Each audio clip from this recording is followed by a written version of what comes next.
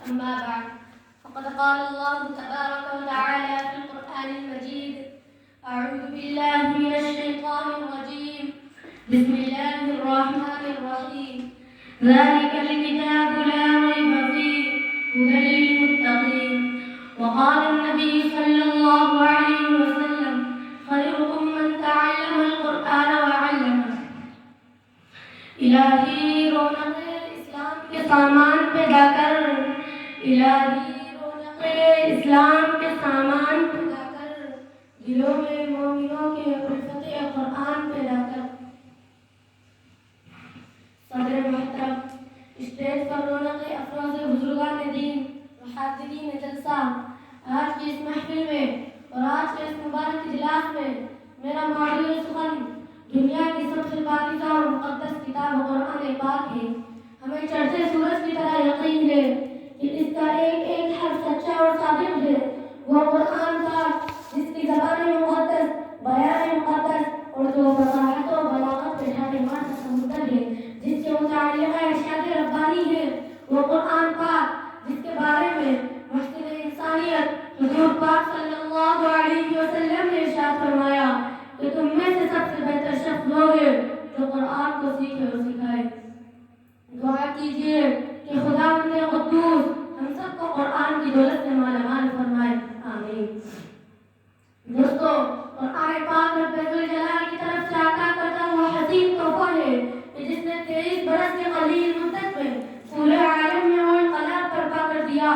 کہ بڑے سے بڑے فصحا و بلغا و ادبا حیران و شدت رہ گئے جن کی آیتوں کو سن کر 78 دل موم ہو گئے اور 78 کی آنکھیں بے اختیار شکوباری کرنے پر مجبور ہو گئی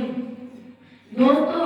آج کے اس نازک دور میں حفظ کلام پاک کو فضول سمجھا جاتا ہے کہا جاتا ہے کہ اس کا رٹنا اور بے سمجھے پڑھنا بے سود ہے افسوس سدا افسوس ہمارا اس قرآن پاک کے بارے میں یہ خیال جس کے بارے میں شہنشاہ بطحا تاجدار مدینہ سرکار دو جہاں محمد رسول اللہ صلی اللہ علیہ وسلم نے ارشاد فرمایا اقرأ وارتقي ورتل كما كنت ترتل في الدنيا فإن منزلك عند آخر آية تقرأها قیامت کے دن حافظ قرآن سے کہا جائے گا ایک ایک آیت پڑھتا جا اور جنت کے درجوں پر چڑھتا جا اور ٹھہر ٹھہر کر پڑھنا جیسا کہ تو دنیا میں ٹھہر ٹھہر کر پڑھا کرتا تھا بس تیرا مقام و مرتبہ وہی ہوگا جہاں آخری آیت پر پہنچے گا دوستو یاد رکھو یہ قرآن دنیا کی سب سے بڑی نعمت ہے یہ زمین آسمان چاند سورج ستارے کوئی اس نعمت کا مقابلہ نہیں کر سکتے کیوں نہ ہو کہ جبکہ اس کے اتارنے والے امین جس ذریعے سے اتارا گیا وہ بھی امین جس ذات پر نازل ہوا وہ بھی امین جس مہینے میں نازل ہوا وہ تمام مہینوں سے افضل اور جس رات میں نازل ہوا وہ 1000 مہینوں سے بہتر ہے اللہ کا یہ کلام تمام کلاموں سے افضل اور بہتر ہے حدیث پاک میں آتا ہے فضل کلام اللہ علی سائر الکلام کفضل اللہ علی خلقه اللہ کے کلام کو تمام کلاموں سے افضل اور بہتر ہے اللہ کے کلام کو تمام کلاموں پر ایسی فضیلت ہے جیسا کہ اللہ کا دلہا خدا کا پیارا نبی ارشاد فرماتا ہے کہ جس نے قرآن پڑھا اس پر عمل کیا اس کے والدین کو کل قیامت کے دن سورج سے بھی زیادہ روشن تاج پہنایا جائے گا سوچنے اور غور کرنے کا مقام ہے کہ والدین کو اس قدر انعام سے نوازا جائے گا تو خود پڑھنے والے کا مقام و مرتبہ کیا عالم ہوگا حضرات قیامت کا میدان ہوگا ایسے 10 آدمی جن کے جہنم والی ہو چکی ہوگی حافظ قرآن اپنے رب کی بارگاہ میں سفارش کرے گا پروردگار عالم اس کی سفارش کو قبول کرے گا دوستو قرآن کریم وہ عظیم برکت اور سعادت ہے جو روح خداوندی ہے معدن حیات اور سر چشمہ زندگی ہے وہ عرب قوم جو کشتہا پھٹ سے مردہ چلی آ رہی تھی دنیا جس کو دلیل اور حقیر جانتی تھی کوئی ان کو ان کی مہنگیوں میں کھیلنے والے سمجھتا کوئی ان کو جاہلین مکہ کہتا لیکن جب قرآن آیا جن کو نفرت سے یاد کیا جاتا تھا ان کو رضی اللہ عنہم ورضوا عنہ کا اعجاز ملا جس زمانے کا نام جاہلیت تھا اس زمانے کا نام خیر القرون ہو گیا وہ مردہ قوم جو کروٹ نہیں لے سکتی تھی قوت و طاقت سے ایسی لیس ہو گئی کہ قصیر و قصرہ کا غرور خاک میں ملا دیا بڑی بڑی سلطنتوں کا تختہ الٹ کر رکھ دیا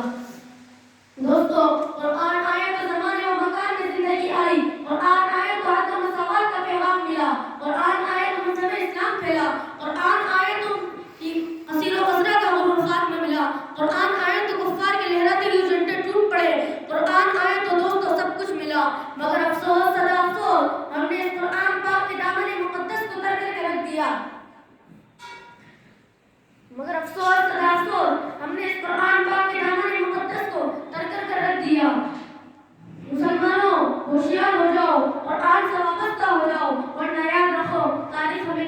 معاف نہیں کرے گی۔ مسلمانوں، جہاں سارے صحابہ کرام کے کتب خانے میں قرآن کریم کے علاوہ کوئی کتاب نہ تھی، اسی کو لے کر وہ آگے بڑھے اور کامیابی ان کے قدم چومتی چلی گئی۔ دوستو، یہی وہ قرآن تھا جس کی برکت سے بدر کے میدان میں 313 مسلمانوں نے کامیابی حاصل کی۔ آج ہم کروڑوں میں ہیں مگر دوسری قومیں ہم پر سوار ہے۔ جان ہماری محفوظ نہیں، مال ہمارا محفوظ نہیں، عزت و آبرو سے ہماری کھلواڑ کیا جا رہا ہے، نہ ہماری مساجد محفوظ، نہ ہمارے مکاتب محفوظ۔ مسلمانوں، ایک دور وہ تھا کہ مسلمانوں کا مقابلہ حامان بن ولید سے ہوا تھا۔ اس دشمن خدا، دشمن رسول کے پاس طاقت و قوت ہے، 60,000 کی فوج کا لشکر ہے۔ مسلمانوں کی فوج کا لشکر صرف 10,000 ہے۔ مسلمانوں کو اس کا بھی علم نہیں کہ دشمنوں کے پاس کتنے لشکر ہے۔ مشورہ ہوتا ہے، خالد بن ولید سے کہا جاتا ہے کہ آپ 300 آدمی لے کر جائیے اور پتہ لگائیے کہ دشمنوں کا لشکر کہاں ہے۔ خالد بن ولید کی ایمانی حرارت دیکھیے، فرماتے ہیں کہ میرے ساتھ 300 کی ضرورت نہیں، میرے ساتھ صرف 30 آدمی جائیں گے۔ صحابہ اکرام فرماتے ہیں آپ کی ایمانی حرارت آپ کو مبارک ہو، کم از کم 60 آدمی لے کر جائیے۔ اور مسلمانوں کا ایک مختصر سا قافلہ آگے بڑھتا ہے اور دشمنوں کا لشکر 60,000 تھا تو دیکھ کر خالد بن ولید فرماتے ہیں کہ ان سے مقابلے کے لیے ہم کافی ہے، ادھر منتظر صحابہ اکرام کو اطلاع کی ضرورت نہیں۔ مسلمانوں، جنگ شروع ہوتی ہے، صرف 3 گھنٹے میں جنگ کا فیصلہ ہو چکا تھا۔ راوی کہتا ہے کہ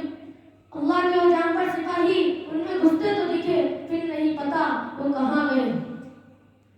مسلمانوں، میں پوچھنا چاہتا ہوں کہ وہ کون سی چیز تھی جس نے ایک کو 1,000 پر بھاری کر دیا؟ دوستو، یہ وہی قرآن تھا جس کی برکت سے 60 کو 60,000 پر بھاری کر دیا۔ خدا نہ خواستہ آج ہم نے 2 پیسوں کی لالچ میں اپنے بچوں کو دین سے دور رکھا تو یاد رکھنا خدا کے یہاں جواب دینا ہوگا۔ انہی چند باتوں میں اپنے تقریر کو ختم کرتا ہوں۔